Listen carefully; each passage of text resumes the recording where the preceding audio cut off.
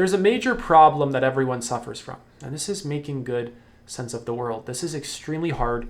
We take it for granted. We take our current beliefs for granted. We take our current perceptions for granted. We take our current interpretations for granted. We take our current mental constructs for granted. And in order to actually make good sense of the world, there's a lot of psychological qualities that you really need. There's a lot of things to do in order to make better sense of the world. So you can think of making sense of the world as a skill, in the same way how weightlifting is a skill. If you want to get jacked, you got to go to the gym and you got to do this repetitive, process of, lifting the weight, putting it down, etc. And it's the same thing with making good sense of the world. You have to work out your sense-making system so that it can work properly. And without intentionally doing that, you're not going to have a good sense-making system. So keep in mind that we really take our current sense-making system for granted. If we're being honest, right? If we haven't done many, many years of work, we do not have a good sense-making system. In the same way how if you do not work out your muscles in order to grow and get larger, you're not going to look like Arnold Schwarzenegger. You're not going to be jacked. I'm not saying this in any kind of hateful way. I'm just really got to be honest about how this one works, right? So because we take our current interpretations for granted, of course we just think that they're true. And not only that, but we're identified with our current interpretations. We are identified with our current beliefs, with our current mental positions. We find a sense of security in them, a sense of reality in them. So then when they're questioned, our whole sense of reality essentially gets fucked with. We don't like that. So then we just cling on to what we believe. So I don't actually believe that it's possible to actually live the best life that you can possibly live without making good sense of the world. I think it's inevitable that your overall guidance system and navigating system of reality is going to lead you into a lot of traps. It's going to lead you to a lot of unnecessary suffering because you're failing to make sense of the world properly. So there's something I like to do after I read a book, and I've read hundreds at this point. And that's just go to the back and look at all the resources and notes that the author had to really look into in order to write a very good book. And it's usually a lot of people. It's usually a lot of stuff that they've went through in order to write a high quality book. It's usually involved reading hundreds of books, right? So I like reading hundreds of books by people who've already read hundreds of books by people who have read hundreds of books. So it's like we're building this bigger picture view of reality. And this is far harder than we actually think it is. See, we are stuck on this assumption that we know how reality works. We know what reality is. We know what we are. We're stuck. Most of us on this planet are utterly stuck on this. And it's just not true. So because high quality sense making is a skill that you can develop, I want to give you some observations that I've made and that psychological research has made that help people to make better sense of the world. Basically a bunch of stuff to develop within the mind that helps people make sense of the world. And a lot of these skills are very rare because it's only about 7% or less of the population that's at a high enough level of consciousness so that they can really make good sense of the world. It's 7% of the people on this planet that are at a high enough level of development that allows them to really begin to see reality in clearer ways than others. Right? This is like spiral dynamic stage yellow, spiral dynamic stage turquoise, or the autonomous stage and the construct aware stage, the ego development theory, or the self-actualized and self-transcendence levels of Maslow's hierarchy of needs. It's just quite rare. So some of these qualities are flexibility. This is an ability to let go of preconceived notions, self-concepts, and dogma. Because all this stuff basically gets in the way of what's true. What's true does not have to be put into a belief system. It's what is. It's what exists. What's true simply is.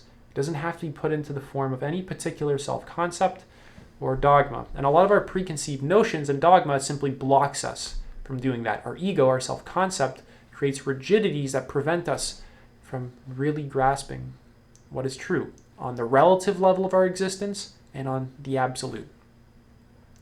Getting what reality actually is what I mean by absolute. which is possible. Another good point is to not outsource your sense making. You can't trust that the person that you're outsourcing it to is making good sense making. You have to take full responsibility for this one. Another one is just embracing uncertainty and not knowing, surrendering to the mystery of life and not needing to fill up the unknown with the first thought that enters your mind or the first belief that enters your mind. This is a very core thing that is going to completely rearrange your relationship to not knowing. We typically think of not knowing as this bad thing, and people who don't know things are stupid. But the truth is that you don't know anything. I don't mean that in an offensive way. I don't know anything. All I know is that I do not know. I think that's a Socrates quote. Right? Our human mind is making sense of reality in this linguistic way that involves mapping and modeling it out, constructing something. We don't know reality beyond our constructions, typically. So a lot of our constructions create this false sense of knowing and security, right? The sense of being in the known and security go together. Embracing uncertainty and insecurity often go together until you can feel comfortable with uncertainty and not knowing, which is a quality of self-actualized and self-transcended people. They don't have the need anymore to fill up the unknown with the first thought that enters their mind. They're capable of just sitting and embracing the mystery of life and not needing to figure it out in this highly conceptual way, especially people at the self-transcendence levels of development. This helps them move into being, into just existing. This actually begins to undo a lot of stuff that their mind was programmed with, because a big part of making good sense of the world is not just knowing more things and knowing more things and knowing more things. A big part is deconstructing a lot of the old structures that your mind has been conditioned with so that it can make good sense of the world. The bigger problem isn't that you just know more things. The bigger problem is that the very structures that you use to make good sense of the world are not working properly. So it's like we have to unlearn those structures and then rebuild them. So another core point is sustained focus. You need an ability to hold your attention on something and simply be aware of it without judgment. You don't want your mind to always be dominating experience. You want to learn how to be aware of experience without just judging it immediately. You want this openness and this just sense of embracing experience as it is rather than fighting against it.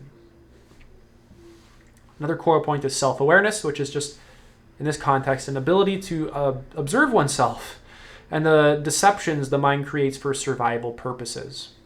Because the mind is always doing this. It's denying reality, repressing it, resisting it for survival purposes. It's making up stuff. It's blatantly making things up in order to further its survival agenda.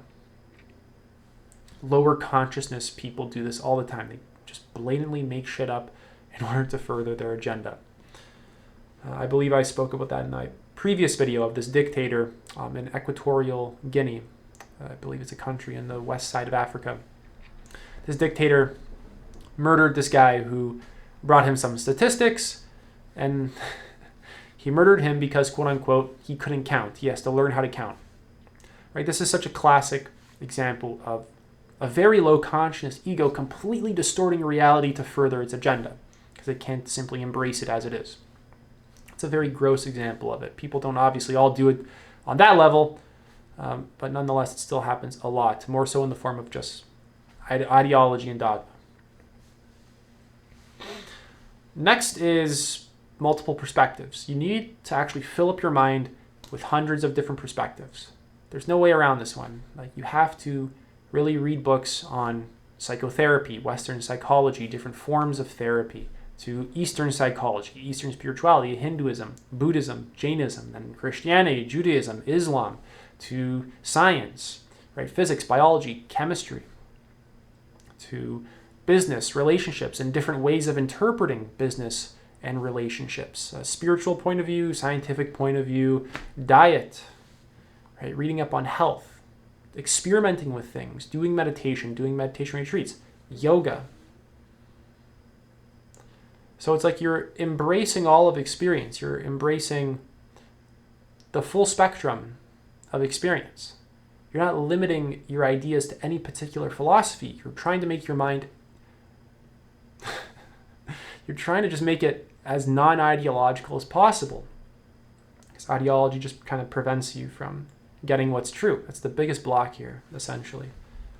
Another good point is holistic and systems thinking. So this is seeing how everything interconnects and being able to make complex connections between various points of view.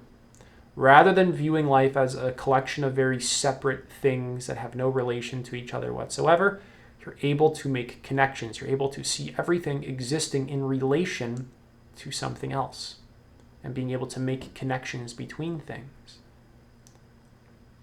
Moving on is organization, being able to organize information and seeing that not all perspectives hold the same amount of truth. Some people's minds make better sense of reality than others. Some philosophies are more accurate than others. You see this very obviously at extremes. If we have Buddhism versus a Nazi's philosophy, Buddhism makes way better sense of reality than a Nazi's philosophy. So next is transcending the mind. This one is quite complex. Seeing that the mind and thought itself are only a part of reality and not the whole, which makes it incapable of grasping the big picture. I'm going to explain this one. Thought and symbolic representation are limited and reality is fundamentally beyond the mind's interpretation. The mind is always interpreting reality and putting it into categories, boxes, concepts, symbolic representations. And this is not what reality is. Reality is nothing that we actually think it is. This is especially important for spiritual awakening and enlightenment. You have to be able to see that your mind is always constructing a story about reality, and then it filters reality through those stories. And the key thing to realize there is that it's filtering reality through the lens of those stories. So you have to detach from every concept whatsoever. This is like essential for actually realizing the true nature of being, spiritual enlightenment, getting what's true about absolute reality. Next is ego transcendence, and this goes hand in hand really with transcending the mind. This is directly realizing without any dogma involved that the self you believe you are is an illusion and is completely preoccupied with survival, which distorts reality continuously. So a common theme of people at higher levels of psychological development is that they're more detached from the self, and then they transcend it altogether. So the self-actualized person is more detached from the ego, and the self-transcended person moves beyond the ego. And these people make better sense of reality because they are less attached to the ego, to themselves. The self that you believe you are, as separate from everything else, doesn't exist in that way. That's a misperception of reality, and it's something that your mind does, right? It skews reality in order to further its agenda and get its survival needs met.